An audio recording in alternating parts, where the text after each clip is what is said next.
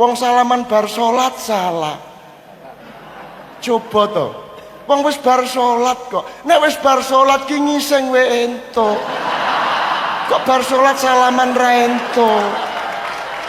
Ya Allah, sing ora entuk ngising ning masjid. Ya Allah, kok salat bar salat kok salaman ra entuk.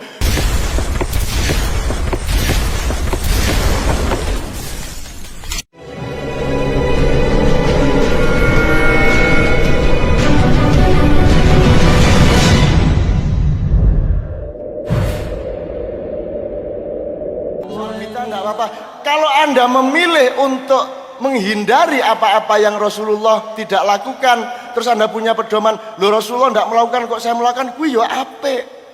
Kuwi yo apik. Ning aja dipeksake nang kancamu, kan begitu. Rasulullah kalau pakai pakaian selalu di atas mata kaki. Maka kamu bikin celana di atas mata kaki, apik kuwi. Ngono lho. Menghemat kain.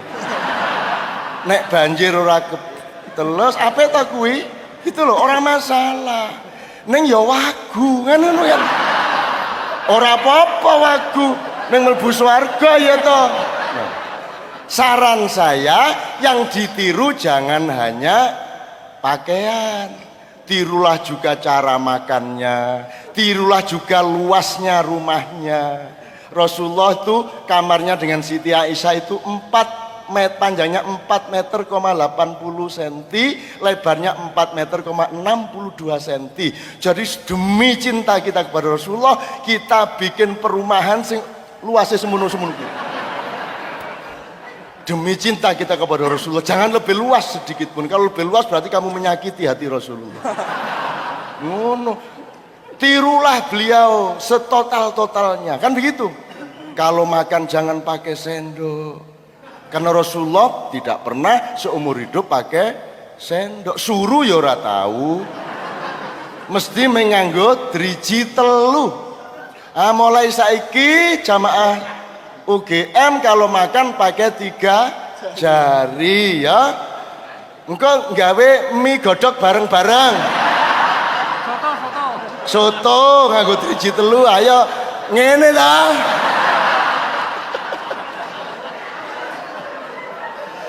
Tirulah kalau naik haji pakai onta, tiru. Wong Rasulullah pakai onta kok kamu pakai Boeing 777. Kamu jangan, kamu pakai onta. Nek ora onta ya ora ya mlaku. Supaya aja mlaku tekan Merak, ngelangi tekan Bakauni. Ngabrang, ngulangi tekan Sri Lanka. Ngono itu baru ittiba Rasul. Ngono. Ojo nganggo motor, ya toh? Ngelarake atine para nabi. Tidak ada satupun nabi dan rasul yang pernah naik motor. Kalau kamu naik motor ngelarake atine. Ya ojo nganggo apa meneh sing ora entuk. HP. Handphone penake kae cacah. Garing ngene iso sambung, aku biyen ki matek aji. Lagi iso komunikasi. Saiki ming pulsa 20.000 bolah le bagusi. Wah iku sing nesu Nabi Musa. Muangkel kae. Wah aku biyen mobilisir pasukanku diubur-ubur Fir'aun ki ora ana loudspeaker, ora ana handphone, ora ana email, ora ana apa meneh? Blog, ora ana apa-apa. Dadi aku nganti wetengku lara. Mula iki dadi ijen plek piye iki? Kayak kan sing Bali wae, Bali. Ya, ngerti, tapi ngerti ya bid'ah ya. Jadi kalau ada orang yang menyuruh Anda melakukan hal-hal yang Anda mengerti itu tidak logis, tolong diantisipasi dengan arif. Jangan dengan pertengkaran, jangan dengan marah. Kalau sholawat dilarang, tidak apa-apa, jangan marah. Datang ke rumah beliau, Ustadz, menurut panjenengan saya mireng tadi malam, sholawat itu tidak boleh. Saya sangat menghormati pendapat panjenengan, cuman nyuwun sewu, bagi saya boleh. Itu sholatullah salamullah, ngono ya. Nah, paranono mae ya toh, ora apa-apa. Tapi ngerti ya prinsipnya ya. Jadi sekarang halal ini bunyi musik di sini. Halal ya. Sing ora entuk trawean dimusiki. Adzan digameli. Allahu Akbar, Allahu Akbar, dung tak dung tak dung dung dung dung dung dung, asyhadu an la ilaha illallah, dung tak dung tak. Ah sing entuk kuwi. Seneng banget lho Pak saya lho. Jadi upamane aku diundang nggawa gamelan menjero masjid aku ya mau. Tapi pertimbangan saya bukan syar'i karena tidak ada nasnya. Pertimbangan saya estetika. Jadi kualitas-kualitas artistik dari bunyi itu menunjukkan seni tertinggi itu tilawatil Quran. Jadi kalau orang sudah kiroah itu musik nggak ada gunanya lagi, dia kalah tinggi. Jadi saya membayangkan kalau dalamnya masjid itu yang cocok ya hanya suara tok. Kalau ada bunyi alat musik itu di beranda, pol di beranda. Kalau Kiai Kanjeng ya di halaman masjid paling pol. Meskipun secara syar'i kita boleh berdebat, tapi secara estetika rasa, menurut saya kalau di dalam masjid kita nggak usah bawa alat-alat musik.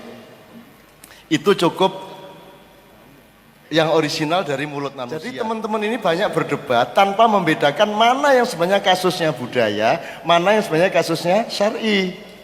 Ini mestinya harus dipilah Mas. Jadi misalnya gini, misalnya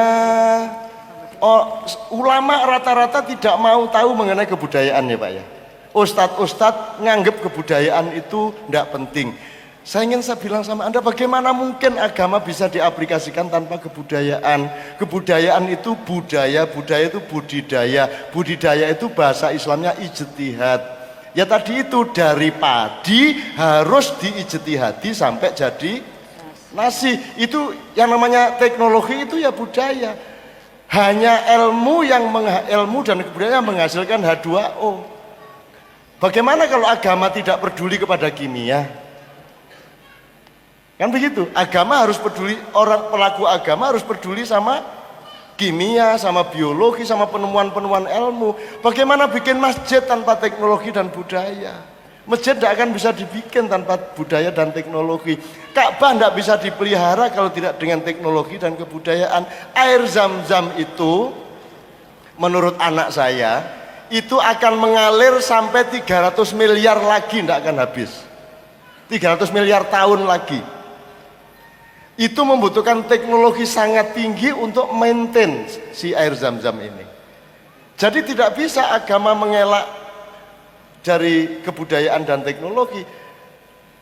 Teknologi adalah pekerja agama, kebudayaan adalah pekerja agama. Tidak mungkin Anda menerapkan agama dengan menyepelekan, dengan menganggap budaya itu di luar agama. Lah kowe iki nganggo jilbab, nganggo budaya, nganggo teknologi kok. Apa mung diubet-ubet ngene lah ya ora to ya. Ya dikeki di ngene le nyelehke jilbab nganggo driji loro to. Saking haluse. Ora kaya kowe bot ngono iki gak. Itu namanya estetika, itu namanya budaya pakai teknologi. Terus lerep jahit piye teknologi kan. Terus rumah samu masjid orang nganggo rumus piye.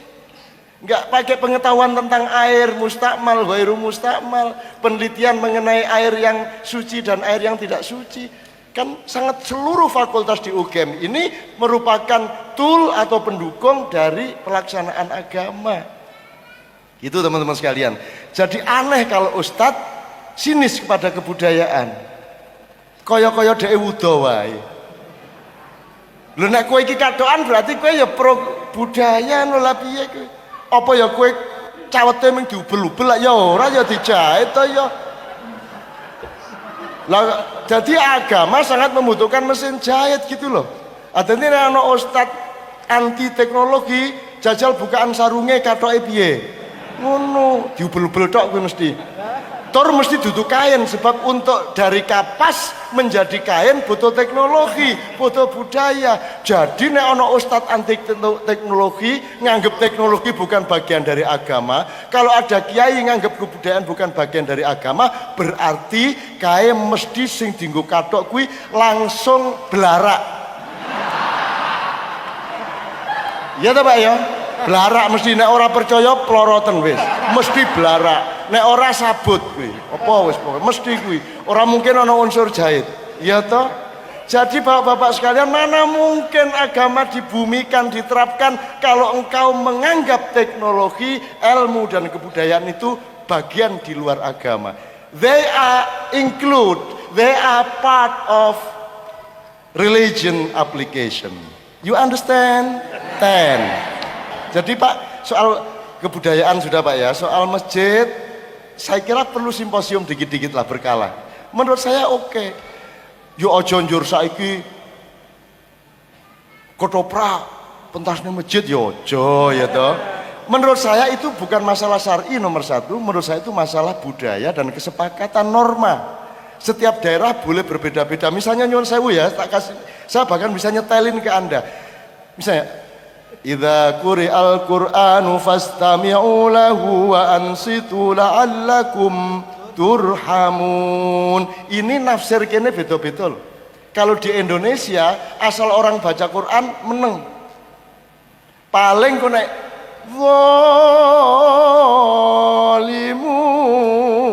zalimun terus jamae Allah paling beda. Ya saiki nek Allahe rada dhuwur entuk ora? Aku engko tak setelke lho. Ndolek ono ning YouTube oke banget lho, ora ning Allah, entuk ora? Misalnya ngene. Apa? Wa qul ja'al haqq wa zaqal batil innal batila kana zahuqa. Yes, entuk ora? Entuk ora? Mulane aja pekok-pekok banget. Mari kita runding bareng-bareng. Di setiap bangsa, di setiap komunitas ada kesepakatan norma sendiri-sendiri. Kalau Anda ngelihat ke Mesir sama Iran, itu orang baca Quran le nyelingi ki meng sweet. Kuwi ono. Dan itu ekspresi. Bener ya Allah, bener ya Allah. Nah itu caranya bener kan, orang nganggo bener. Iso nganggo yes, iso nganggo weh, iso nganggo sweet. Bener tak kuwi? Sekarang nek kowe ngomong sweet kuwi haram. Kowe lak nglarake atine Gusti Allah. Apa sebabe? Lah rumah mang sweet iki nganggo sweetan kok lak nganggo apa? Lambe karo ilat to kuwi. Ngene to? Ya to? Lah sing gawe Gusti Allah kuwi. Bahwa penempatannya kita atur, ayo dirunding. Tapi ojo sembarang salah. Wong salaman bar salat salah. Coba to. Wong wis bar salat kok. Nek wis bar salat ki ngising we ento. Kok bar salat salaman ra ento. Ya Allah, sing ora entuk ngising ning masjid. Ya Allah, kok salat bar salat kok salaman ra entuk. Ning ya aja njur kebangetan saking senenge salaman, ketemu ning masjid salaman, arep sembayang salaman sik, selesai salat salaman meneh, ngadeg salaman meneh, arep bali salaman ya suwe ya kokean kuwi. Ning nek salaman di luar salat ya ora apa-apa, sing ora entuk ki Allahu Akbar. Ya kabare le. Bismillahirrahmanirrahim. Ya oke. Alhamdulillah kuwi sing ora entuk. Nek bar assalamualaikum terus salaman kok ora entuk ki lho. Melet we entuk kok. Assalamualaikum. Entuk. Jan. Kan sesudah sholat, bukan dalam sholat. Bukan di dalam sholat, enggak apa-apa. Loh Rasulullah tidak pernah melakukan. Loh Rasulullah ya ora tahu macem-macem. Ngapa wis becak ya ora tahu. Ndodok kaya kowe ngene iki ora tahu. Ora tahu bal-balan, ora tahu badminton, ora tahu. Lah nek kabeh sing Rasulullah ora tahu njuk kowe ya ora entuk lah terus ngopo kowe? Urip pun njur ngopo? Lah terus ngopo? Lah terus kebahagiaan apa iki arep ngopo urip iki? Coba daftar TK, ora Kanjeng Nabi tau mlebu TK IT ngono wae. Jan, mbok dinggo uteke iki lho. Allahu Akbar. Saya setuju bid'ah itu ndak boleh. Khurafat itu jangan, syirik itu Masya Allah hindarilah, kafir apalagi, tapi dia ada tempatnya. Nek mengono wong ngobong menyan, ojo diarani syirik, karena letak syirik tidak di menyannya, tapi di dalam niatnya. Dan kamu ngerti niatnya? Sapa sing ngro niate wong? Ayo aku takon. Jadi tidak bisa kamu mengkafirkan orang karena kamu tidak pernah mengerti isi hatinya dan pikirannya. Jadi tidak bisa terjadi logika yang bisa diterima bahwa sesama manusia mengkafirkan atau mensyirikkan. Ngobong menyan kok diarani syirik. Gumun aku. Nek aromaterapi sunah.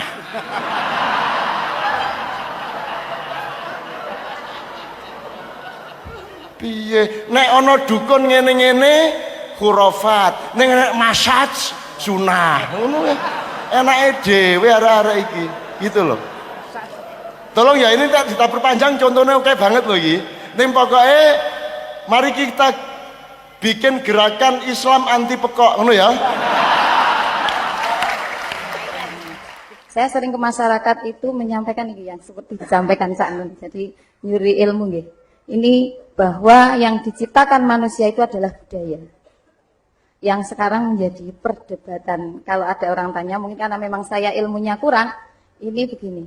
Apakah budaya yang diciptakan oleh manusia dalam tanda kutip ketika masa Rasulullah ada, dengan ketika Rasulullah tidak bisa memberikan persetujuan dan persaksian terhadap apa yang dibuat oleh manusia itu, berarti itu bertentangan dengan hukum Allah. Lho nek cen kabeh kudu dipersaksikan dan ditandatangan Rasulullah kan urip nganti saiki. Kondo Gusti Allah kono. Sekarangmu piye?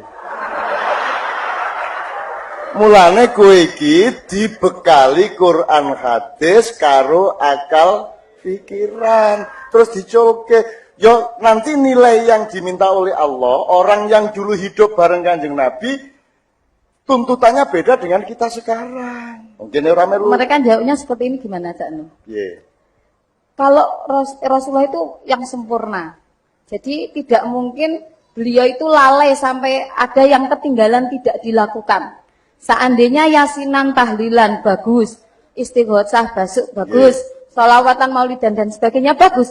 Saya yakin Rasulullah pasti melakukan pada saat itu. Karena sekarang Rasulullah itu pada saat itu tidak melakukan, berarti itu dianggap tidak baik dan dianggap manusia itu tidak membutuhkan. Ngoten pripun sakno? Rasulullah misalnya Rasulullah selawatan nang dhek dhewe ya ora penak. Salatullah salamullah ya ora penak. Ya ora penak masuk Kanjeng Nabi kok maulid Nabi. Ayo maulid Nabi. Panjang umurnya, panjang ora penak kowe iki ya pekok ya. Jan ora iso.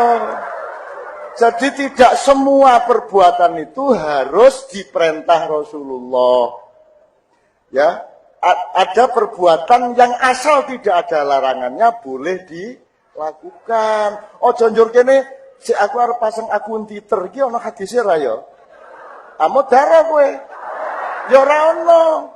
Jadi ada perbuatan yang harus diperintahkan baru dilakukan, itu namanya ibadah mahdhah. Filosofinya, dasar hukumnya, jangan lakukan kalau tidak diperintahkan. Kalau ibadah muamalah di luar itu tadi, silahkan lakukan asal tidak larang. Ngono lho. Lah tenan saiki iki arep mlaku piye yo? Ngene, Rasulullah kayak contoh gak? Nek Rasulullah melakukan ngene iki Rasulullah. Dadi kene mlaku ngene kabeh. Mutiar kowe. Asing digelak piye?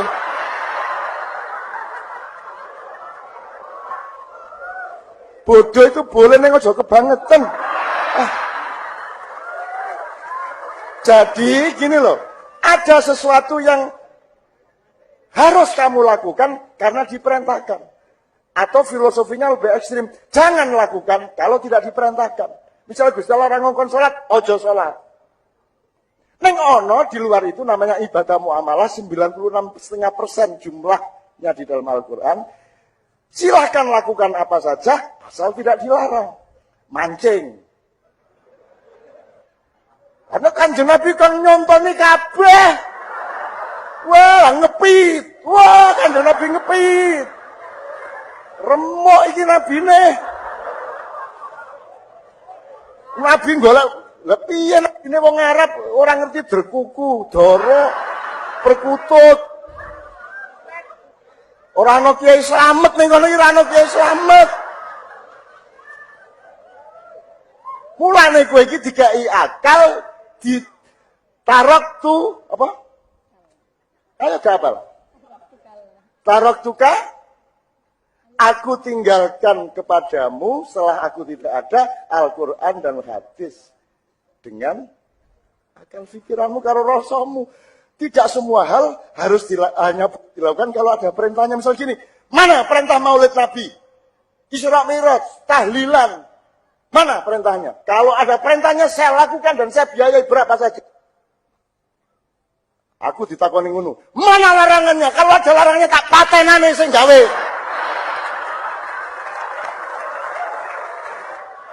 Aisyah stres Nabi no.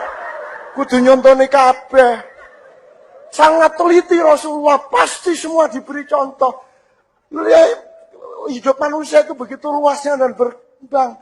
Sekarang sampai internet. Kanjeng Nabi, nganggo pesawat apa? Lion po Tiger? Buruk. Buruk. Apa buruk? Mata buruk. Rumah samu kewan ngono. I don't know. Aku ya pekok meneh.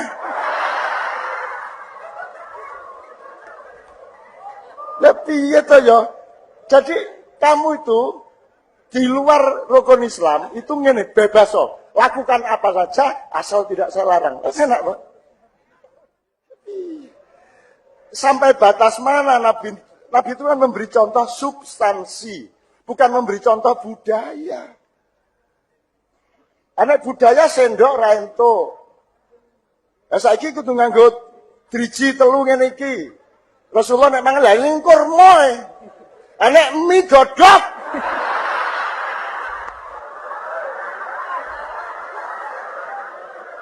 Iya.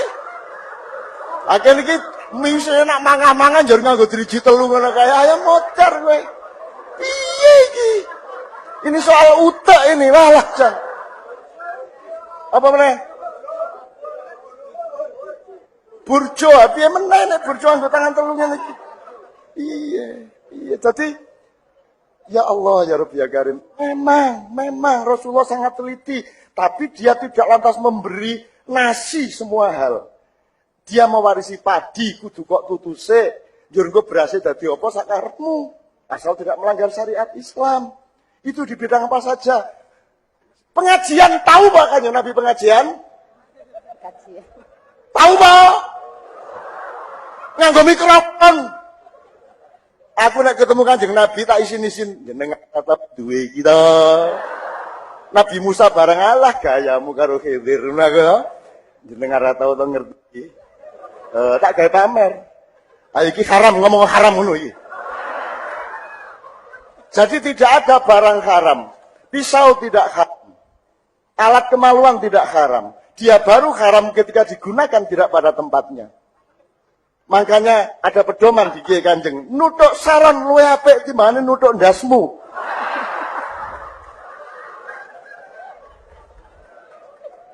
Lah nek kabeh bid'ah susah ini kita. Enggak bisa hidup karena semua enggak ada contoh dari Rasul secara budaya. Rasul itu cuma kasih prinsipnya. Menghormati wong tua. Piye carane? dengan berkata baik, berbuat baik. Kowe menghormati wong tua secara Arab kowe ning Jawa dianggap kurang ajar kok. Lha ning Jawa kowe krama inggil. Ning Arab padha wae, bapake adine maling ngomongi padha. Kaifa haluk? Padha ning kene. Piye kabare? Ketemu Tejawulan, lan piye kabare lan? Wani kowe ngomong ngono kuwi. Kepethuk Sultan Hamengkubuwana. Oh. Sultan ta iki Mang ngono. Wani kowe. Wani sampean. Dalam contohnya Rasulullah tidak apa-apa, la tusayyiduni, tidak ada masalah. Tapi nek ning Jawa wani apa kowe ngono? Wani apa? Orang NU bilang hadratus syekh itu kan? Hasyim Asy'ari. Nek Muhammadiyah katanya la tusayyiduni, Rasulullah tidak usah pakai sayyidina. Ya wis ora apa-apa ora usah sayyidina. Muhammad ngono wae. Aku manut karo dalan. Jan dalan iki biyen ya jane ya sak dalan ngerti dalan ta kowe?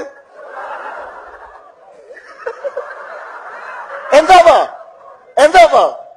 Pendiri Muhammadiyah yang saya muliakan kok undang dalan-dalan. Lah ya kurang sopan. Menurut Arab tidak. Tidak apa-apa. Shallu ala Muhammad. Ora apa-apa. Jajil bapakmu jenenge sapa, Mas? Upamane sapa? Kabare Debiya piye? Ento ngomong ngono. Di Arab tidak masalah, di Barat tidak masalah. Di sini didugang dasmu kowe. Apa sudah jelas? Kalau pada prinsipnya saya itu sangat mantap, Cak Nun. Cuman begitu menghadapi pertanyaan orang jadi bingung. Ya rasa dijawab. Ini nanti saya copy paste saja, Cak Nun. Ya ora sah. Terakhir, Cak Nun. Kayak ora gelem serawung kok. Satu, Cak Nun. Apa? Menanggapi pertanyaan seperti ini. Seandainya kalian itu mau melakukan amalan yang sudah dilakukan Rasulullah, ora cukup ketemu ndadak tambah-tambah ngoten, Cak. Ya ora apa-apa. Ora cukup ora apa-apa ning aku ikhlas nang Gusti Allah arep ngopo. Aku ikhlas yang penting. Cukupi maksudnya sing piye? Aku ngopo iso nyukup kabeh hasbunallah, Allah yang mencukupi aku. Kok aku kok nyukupi Gusti Allah karepe piye? Gusti Allah cap apa kuwi? Wong kene iki bendina hasbunallah wa ni'mal wakil, ni'mal maula.